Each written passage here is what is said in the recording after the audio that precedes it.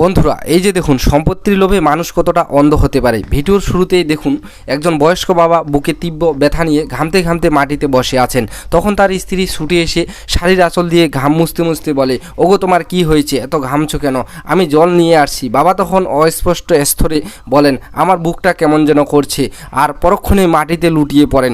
এরপর দৃশ্যপট বদলায়। বাবার মৃত্যুর খবর পেয়ে ছোট ভাই কাঁদতে কাঁদতে বড় ভাইকে কল করে বলে, ভাইয়া বাবা তো আর বেঁচে নেই। কলটা কেটে বড় ভাই স্তম্ভ হয়ে বউকে বলে, আমার বাবা আর বেঁচে নেই।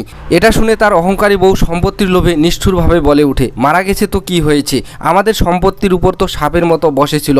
বড় ভাই তখন বলে, আমি এখনই যাব। কিন্তু স্ত্রী বাধা দিয়ে বলে, কোনো দরকার নেই, আমি তো যাবই না, তোমাকেও যেতে দিব না।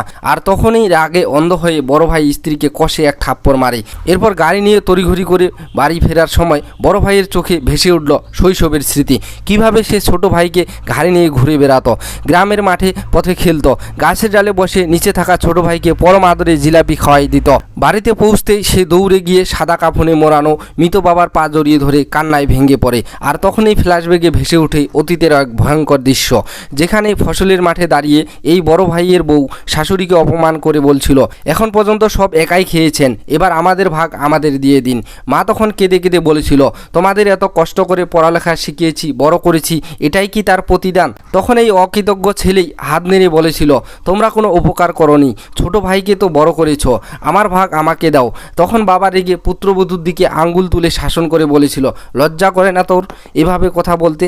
আমি তোর বাবার মতো। আর ঠিক তখনই এই কুলাঙ্গার ছেলে ছুটে এসে বাবার বুকের কাছে শার্টের কলার চেপে ধরে আঙ্গুল তুলে শাসিয়ে বলেছিল, আমার বউকে একটা কথাও বলবে না, বলে দিলাম।